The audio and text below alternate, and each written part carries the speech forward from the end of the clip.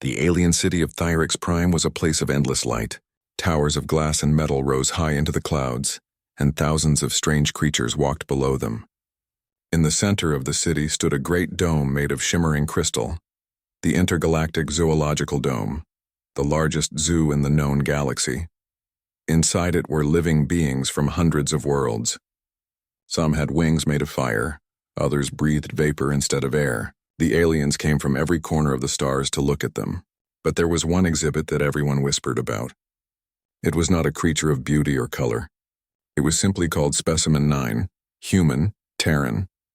Behind the thickest energy field and triple glass walls sat a single man. His name was Commander Elias Rourke, though none of the aliens knew that. To them, he was a dangerous animal, a leftover from a dead world that had destroyed itself long ago. Every day, thousands of alien visitors came to stare.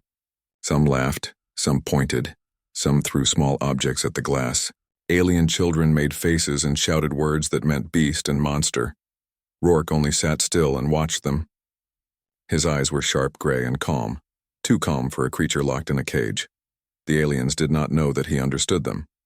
Over the long months of captivity, he had listened carefully, learning their words and sounds. He knew when the guards changed shifts, when the energy shields were checked, and when the feeding drone arrived. They thought he was slow. They were wrong. He was waiting, Elias. Rourke had once been a pilot in the Terran Defense Fleet. His ship had been part of humanity's last stand, when the alien alliance known as the Vreth Dominion came to preserve endangered species, which really meant capturing and displaying them. His fleet was destroyed. He had been taken alive because the aliens wanted a human specimen for study. They had no idea what kind of mind they were imprisoning. Inside the glass cage, the air was always too clean, too controlled. The lights never went off. The aliens believed darkness made humans violent. Rourke pretended to pace, grunt, and occasionally shout. It helped the zookeepers believe he was a savage animal. But inside he was thinking about circuits, patterns, and how to break free. He counted seconds, memorized guard routes, and watched for errors. Every detail mattered. His mind worked like a soldier's, patient and sharp. And though his body was tired, his will was still unbroken. One evening, when the alien sky was the color of molten gold, the feeding drone entered his cage. It hovered silently, carrying a tray of nutrient paste. Normally it stayed several meters away, dropping the food into a slot. But this time something went wrong. The drone flickered, made a strange sound, and drifted too close. Rourke's eyes narrowed. He moved fast, faster than the watching aliens thought possible. With one powerful motion, he grabbed the metal arm of the drone and pulled it down. The machine buzzed and sparked. He twisted its body, ripping out the control module with practiced precision. Sparks flew across the floor, lighting up the glass walls. Alarms blared. Red lights flashed. The alien zookeepers shouted in panic, but Rourke didn't attack. He crouched beside the broken machine, studying it carefully. His fingers traced the wiring, the strange alien metal. He didn't understand all of it, but he understood enough. Energy, power, movement. He could see how the shield around his cell worked. The aliens outside the cage froze in shock. To them, this was not supposed to happen. Humans weren't supposed to think. Yet here was the monster, taking apart advanced alien technology with his bare hands. He looked up at them through the glass, his gray eyes meeting theirs. Slowly he smiled. It wasn't the smile of a beast. It was the calm, confident smile of a man who had just learned something important. The aliens backed away from the viewing window. After the incident, Rourke's feeding schedule changed. More guards were posted near his cell. But he didn't mind. Every mistake they made gave him more information. The drone's power core had shown him something, a pattern in the alien energy fields. They used a type of plasma barrier that cycled at microscopic intervals. If he could time it right, he could pass through it for a fraction of a second. He began to test small things. When the lights flickered, he moved. When the feeding slot opened, he pushed a finger close to the field, feeling for heat and vibration. It hurt. Once it burned his skin, but he learned the rhythm. Each time he whispered to himself, almost. The zookeepers, known as the Thyrixians, were tall insect-like beings with glassy skin and forearms. They treated him like a dangerous trophy. Sometimes they brought scientists to study him. They poked, scanned, and tried to communicate using machines. Rourke stayed silent. He knew that if he spoke too early, they would see him as intelligent and increase security. For now, it was better to be a dumb creature. One day, a young Thyrixian scientist came to his cage. Her name was Yara, and she was different from the others. She didn't look at Rourke with fear or pride. She looked at him with curiosity. She spoke softly, her voice buzzing through the translator. "You understand us, don't you?" she asked. Rourke didn't move. "I saw the way you took apart the drone," she continued. That was not instinct. That was knowledge. Still, he said nothing. But inside, he was alert. Someone had noticed too much. Yara sighed and turned away. "They call you monster," she whispered. "But I think they are afraid because you look too much like us." Her words stayed in his mind long after she left. He had met hundreds of alien soldiers, guards, and scientists. But this one was different. There was doubt in her voice. A small, dangerous kind of doubt that could grow. Days passed, then weeks. Rourke used every hour to prepare. He memorized the layout of nearby enclosures through reflections on the glass. He learned the security code patterns by watching the light signals on the control panel outside his cell. It was like solving a puzzle one piece at a time. At night, when the alien zoo grew quiet, he thought about Earth, the blue skies, the ocean, his crew. He didn't know if any humans were left alive. Maybe he was the last, but that didn't matter. If he escaped, he would show the galaxy that humans were not extinct. They were survivors. Then came the storm. It was rare for Thyrix Prime to have bad weather. The city's energy shields kept everything stable. But this time, a solar flare from their twin suns hit the system hard. The power grids flickered and the zoo's lights went out for the first time in decades. For 10 seconds, everything was dark. Inside his cage, Rourke stood completely still. He felt the air vibrate, the energy field was down. 10 seconds. That was all he needed. He moved like a shadow, ripping out the last remaining piece of the broken drone and slamming it into the panel near the feeding slot. Sparks burst. The glass cracked slightly.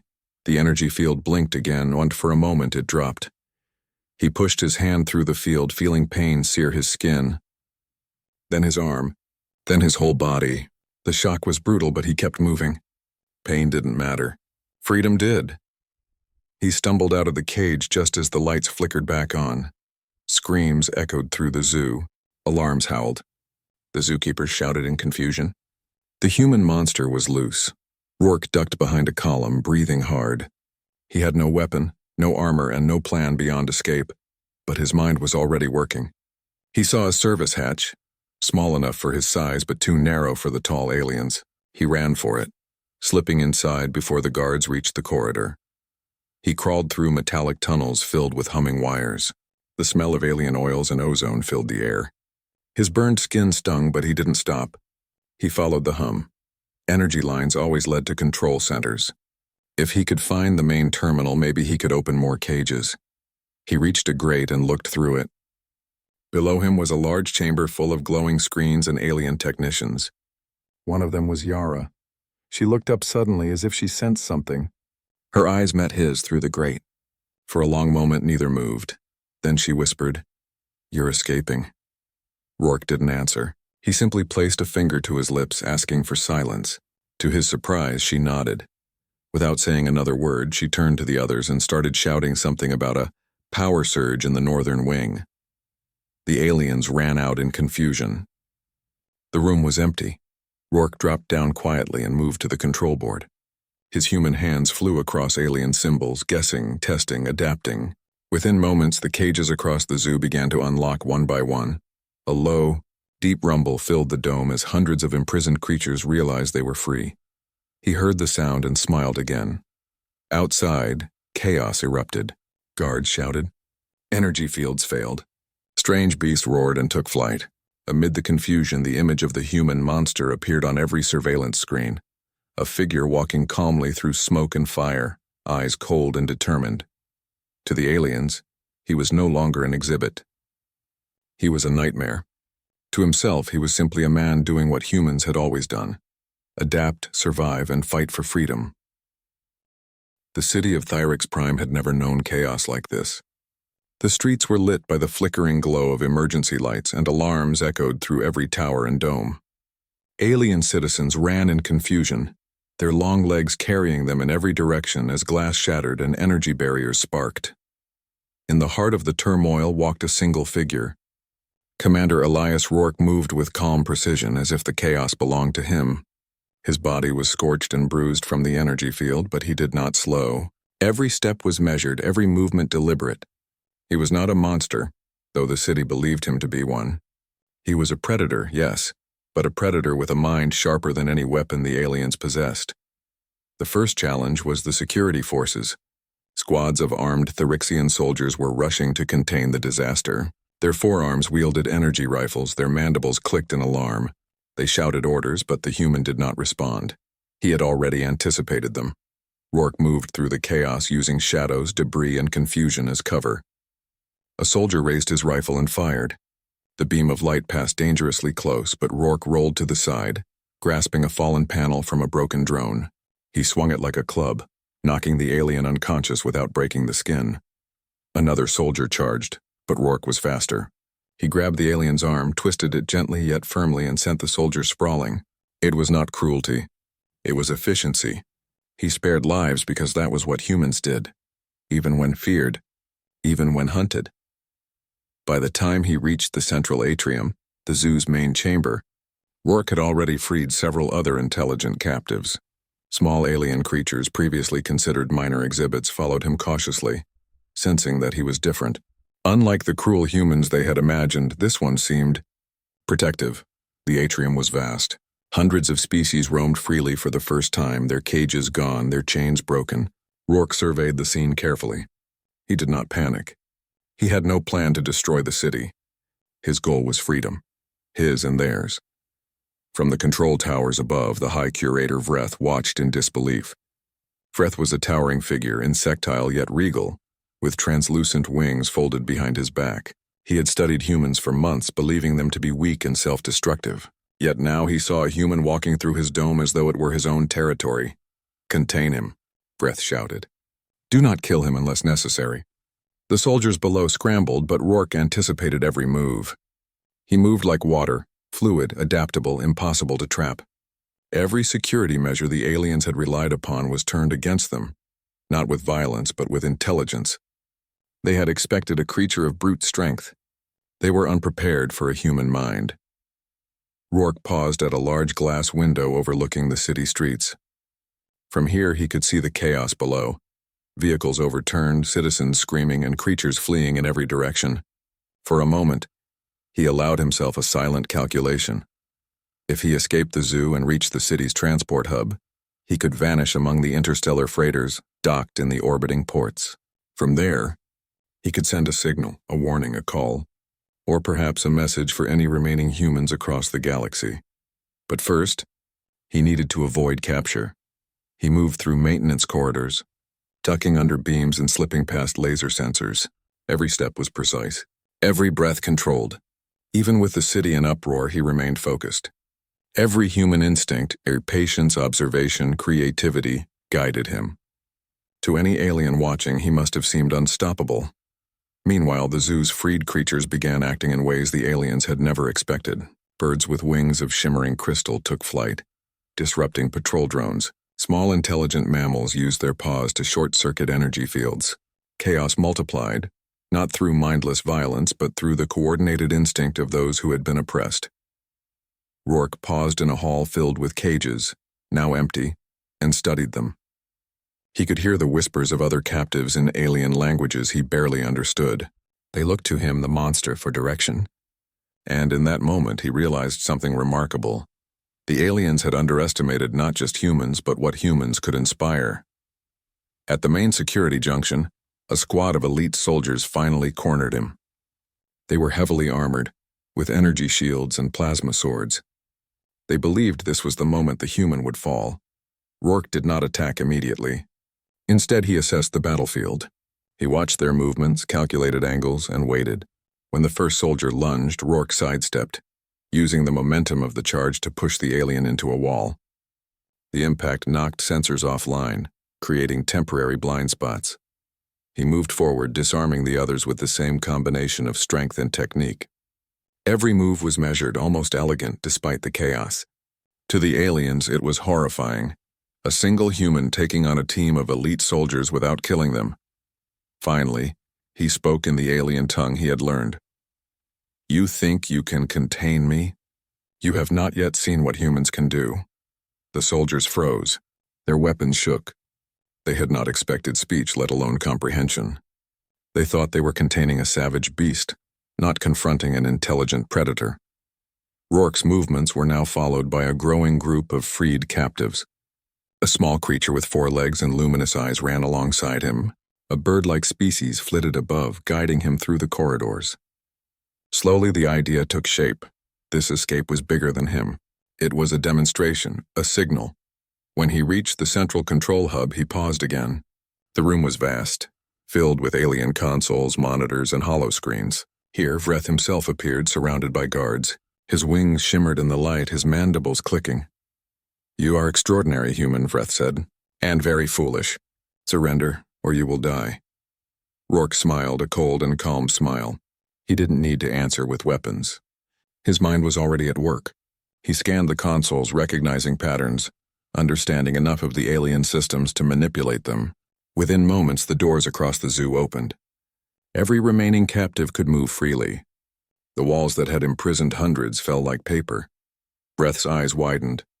He had never imagined that a human could manipulate alien technology so quickly, so efficiently. Rourke did not fight Vreth directly. Instead, he used the control panels to create confusion. Shutters closing, lights flickering, alarms blaring. Guards stumbled, drones collided, and creatures of all kinds took advantage. The human monster was not just escaping. He was liberating a miniature army without firing a single shot. Amid the chaos, Rourke paused to speak directly to Vreth. "You studied us as monsters. You called us weak, but you were wrong. We survive, we adapt, we endure."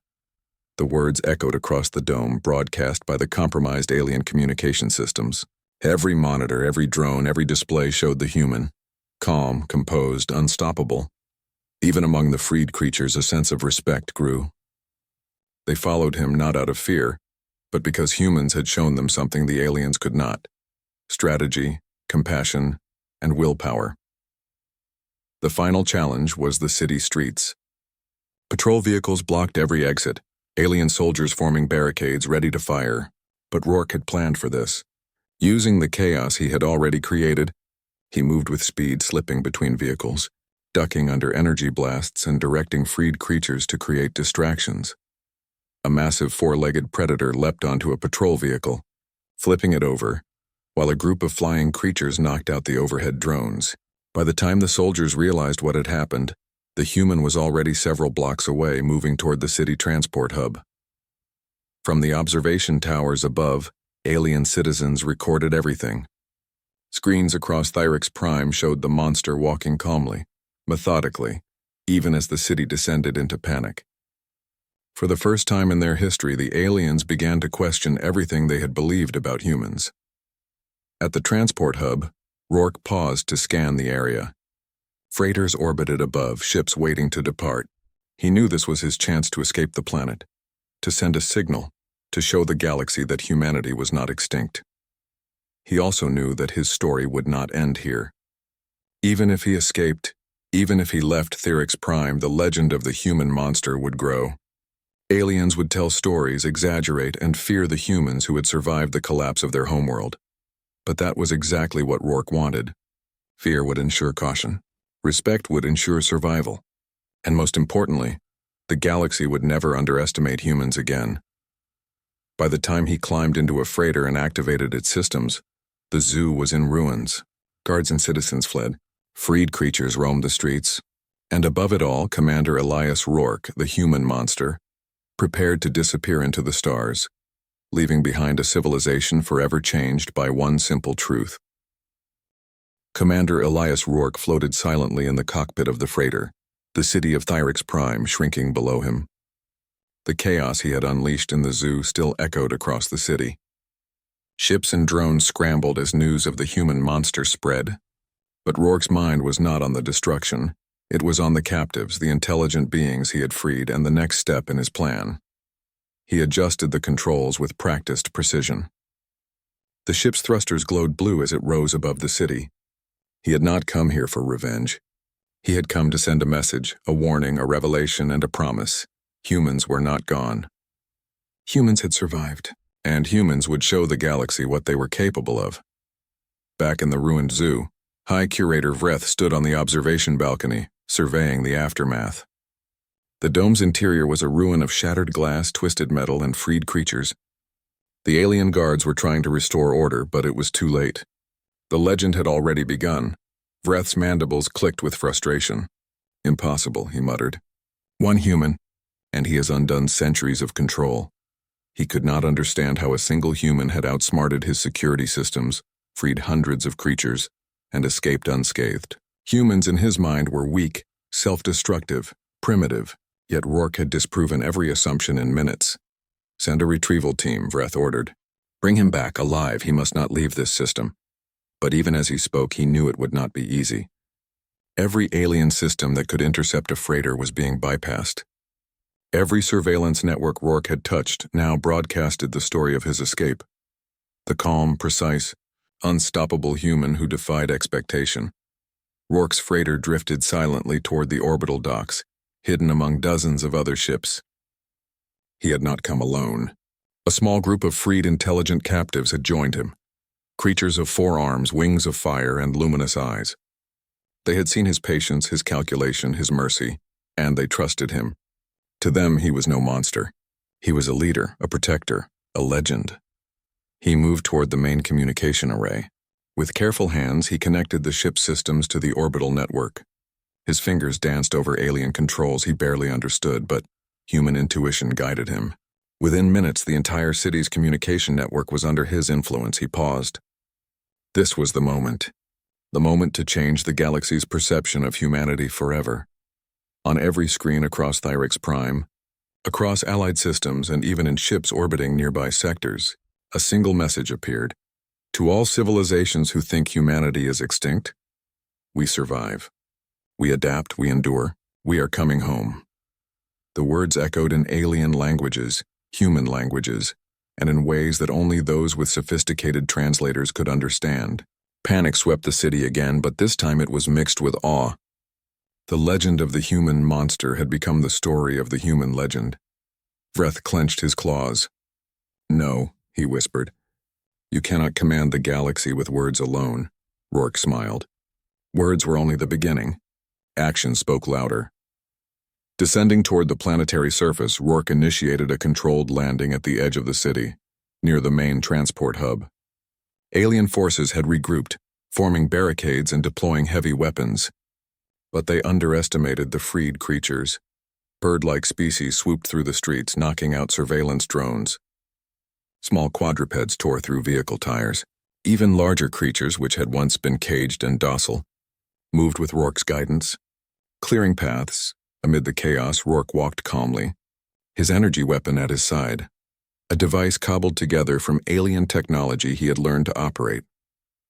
He did not fire it. He did not need to. The spectacle of his calculated moves, the precision of his control, and the unexpected mercy he showed to every combatant who surrendered, terrified and impressed the aliens simultaneously. Finally, he reached the central atrium, the heart of the zoo where Vreth awaited. Surrounded by elite guards and high-ranking officers, the High Curator's translucent wings shimmered in the light. His multiple eyes glinted with curiosity, fear, and admiration all at once. You are extraordinary, human, Vreth said, but extraordinary beings can be destroyed. Surrender now. Rourke shook his head slowly. No, he replied in perfect Thyrixian. You thought humans were monsters. You called us weak, but look around you. I am one human, and I have freed more than you ever imagined. I am not a monster. I am what humans can be, clever, patient, and compassionate. We fight, we survive, and we protect the innocent. Vreth paused, studying him. The statement was not just defiance. It was truth, carried with the authority of experience, strength, and unbroken will. Rourke raised his hand and touched the main terminal. Lights flickered, displays changed, and the remaining cages opened remotely. Alien creatures, previously considered insignificant or dangerous, scurried free. Some simply ran. Others followed Rourke, recognizing leadership and mercy. The High Curator's guards hesitated, Every instinct told them to act, but their eyes revealed fear. One by one, they lowered their weapons, realizing the human had outsmarted them not through force but through strategy and understanding. Rourke stepped forward calmly. "You called me a monster," he said, "but I showed you mercy. That is what humans do. We are capable of destruction, yes, but also of protection. We choose." Then he did something unexpected. He accessed the city's communication satellites and broadcasted a live message to the entire galaxy. Not just Thyrix Prime, not just nearby systems. All civilizations capable of receiving it. To any humans who survive beyond our world, we are not extinct. We endure, we adapt. We fight, and we are coming home. Remember us. And remember this. Never underestimate the human spirit. Every alien system saw it. Every fleet, every council, every planet received the message. The galaxy would never again see humans as extinct, weak, or primitive. Vreth's multiple eyes widened. "Impossible," he whispered. One human has changed everything." Rourke did not reply. He turned and gestured to the freed captives. "Go," he said. "You are free. Protect yourselves. Tell the story." The creatures obeyed, scattering into the city and beyond. Birds flew into the sky. Quadrupeds ran into the forests. And intelligent beings returned to their homeworlds with tales of the human monster who showed mercy, strategy, and leadership. The High Curator realized too late that he had underestimated humans. Not just their strength, but their mind, their spirit, and their morality. One human had done what no alien army could: liberated the oppressed, outwitted the most advanced security systems, broadcast a message that would echo across light years, change the perception of an entire civilization. Vreth's mandibles clicked in frustration and awe. Humans were no longer just a species in history books. They were legends capable of incredible resilience, cunning, and compassion. Rourke did not linger on the planet. He returned to his freighter, joined by the freed captives who wished to accompany him. Together they left Thyrix Prime, disappearing into the stars. Behind them, a civilization reeled, amazed and terrified by the human who had walked calmly through chaos, liberated hundreds, and sent a message that would never be forgotten. In the quiet of space, Rourke finally allowed himself to relax. The city was behind him. The galaxy had seen humanity. And the story of the human monster had transformed into the story of the human legend. The galaxy would never forget it.